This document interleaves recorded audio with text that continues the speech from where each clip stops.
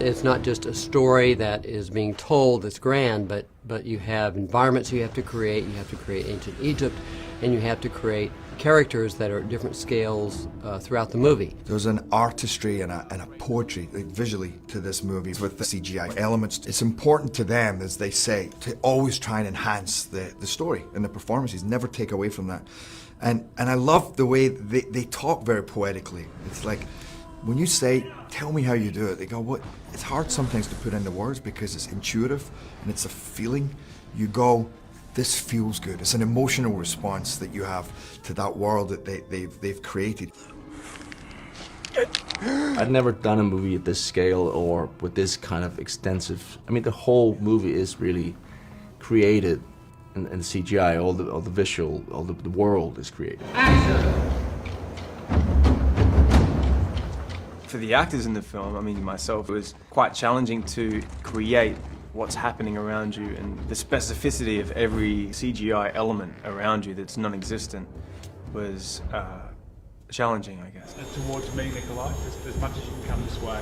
I'd done green, blue screen before, but I've never done it to this extent where it's every scene. Of course, you know what they can do. You see these big movies all the time, but to actually be part of it and to get an understanding of just how complicated on a technical level it is to shoot these movies.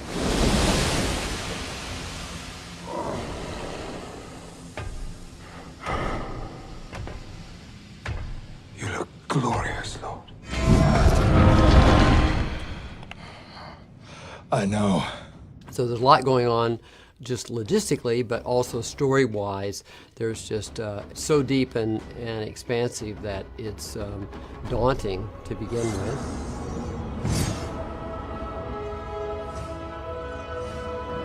So there's an enormous amount of work in this movie, obviously. And to do it, you need to distribute it to multiple people, multiple artists, and multiple companies that specialize in this. And so we chose, there are two companies here in Australia. One is Allura, who's out of Sydney and Melbourne, and also Rising Sun, who is in Adelaide. They're great companies that have just a number of different things that they do well. Rising Sun is great at environments. They're great at effects work, which is particles and flowing water and things like that, of which there's an enormous amount to that. They were chosen, and they just have a great aesthetic sense as well. And Allura also has a great aesthetic sense and a huge team of artists both here and in Melbourne.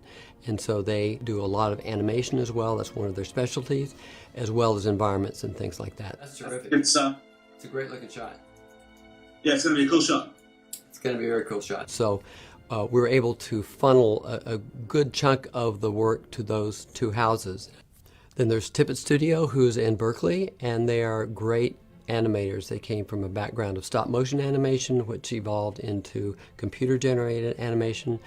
And I love the work that their studio does, because they really understand weight and timing and all of that. So they're doing the Sphinx, and they're doing also the jackal and the falcon fights in the coronation. So they're doing some huge animated sequences in this movie. And then we're also working with Rodeo, who's in Montreal, and Rodeo is great at environments and great at hard surfaces, and they're doing Raw's boat.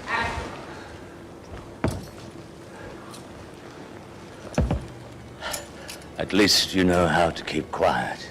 I don't know words for that. Things would be different if I could dwell amongst my children in the Garden of the Nile. It is my burden to fight the demon Apophis night after night. Egypt must never be destroyed by chaos. Raw's boat was really interesting on the stage side, and also will be extremely interesting on the post-production side. Because the ship is a mirrored surface, and it's reflecting the stars, and it's reflecting Geoffrey Rush and Horus and Beck, it needed to have a surface that actually reflected. So we have a mylar type surface, basically a hard mirrored surface that they can walk on. And you can see the reflection. So if I'm looking at you, I see the reflection of you at the same time, something that's essential you can't really fake. You need it in place.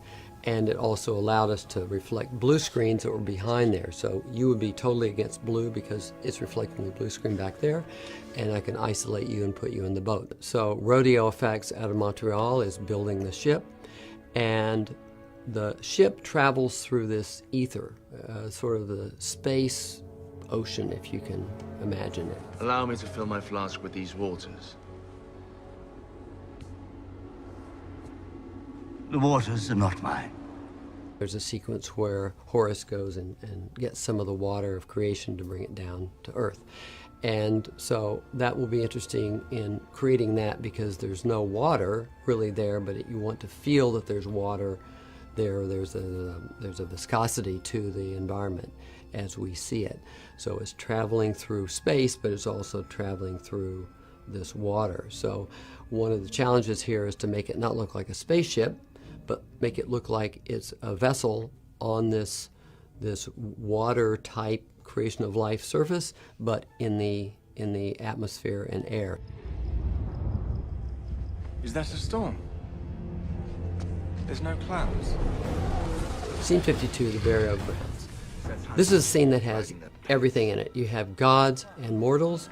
You have goddesses on these giant cobras that are chasing our heroes. I mean, they're enormous, and then all you have is like a tennis ball at the end of the stick, so you have to use your imagination. You have giant structures that crumble in front of everybody. You have fire coming out of the cobra's mouths. Pretty much have everything. So this is a really exciting sequence, and it's been a lot of fun to shoot. We photographed it out in Centennial Park, which is close to the studio here. So it's all exterior lighting. And we built some of the tombs, and then we extend them digitally. And then we have this rig, this gimbal rig that our goddesses are on. We have a small gimbal happening down in stage 4, which is snake gimbal. It's to recreating the movement of the serpents that Anat and Astarte ride. So obviously the whole snake is going to be built, in post, in CGI world. But to get the actors having that motion of slithering and sliding on top of the snake, we've got a little motion controlled gimbal happening there. And then we take that movement and we tag the animation to it and make it all move together. So we had serpents, we had fighting, we had running, we had jumping, we had wire work, we had falling pillows. I think I think we had a kitchen sink somewhere in there, maybe not. But anyway, it was just one of those things on and on and on, and it was really interesting dealing with it because there were so many different elements. This is a scene that really had to be visualized in utmost detail. Even though that scene was quite heavily prevised, it still does change and develop as we go along. We have to bear in mind that we do have these huge cobra snakes of size and chasing our characters, and occasionally, you'll put the scene together and then you'll realise, well, look, no, we're missing an action beat from that particular snake or whatever that the fire breathing element that may be involved, which can lengthen the sequence, but then you may have to trim somewhere else. So it's a constant situation of refinement. We're now 1 week to go before we finish photography, and we're still pre-visualizing some parts of the movie, and it's not really pre-viz now, it's sort of post-viz. And so I guess you could call it, that's a better term for it. So now we're post-vizing scene 52, where now we have more of the live action in place, and we can see the animation of the cobras, we can see how it moves together, and that informs the edit and how it gets put together.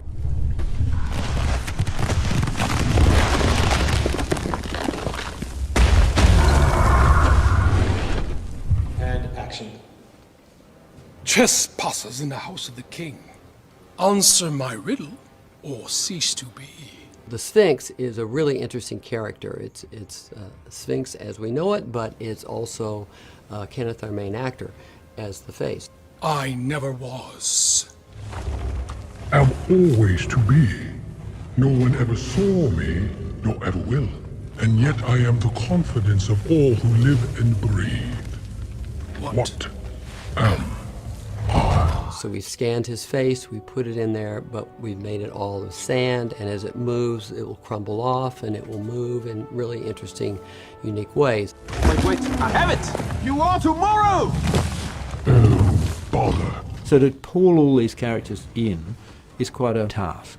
I think one of the interesting things of this film is that we get the chance to make a world, our world, and it isn't an accurate ancient Egypt, but it is an ancient Egypt that's really fascinating, and hopefully people will love it. When you read it on the first script, it's impossible. It just can't be done, and it's very daunting. But once you put your fingers around it, once you wrap your head around it and start to move the pieces, then you can see how it can go and actually be created. You can start pushing a little bit earlier, I think, if you can get a little bit of a jump on him as he stands. It wasn't until I saw it just recently that I fully understood what he was going for, and it's quite something.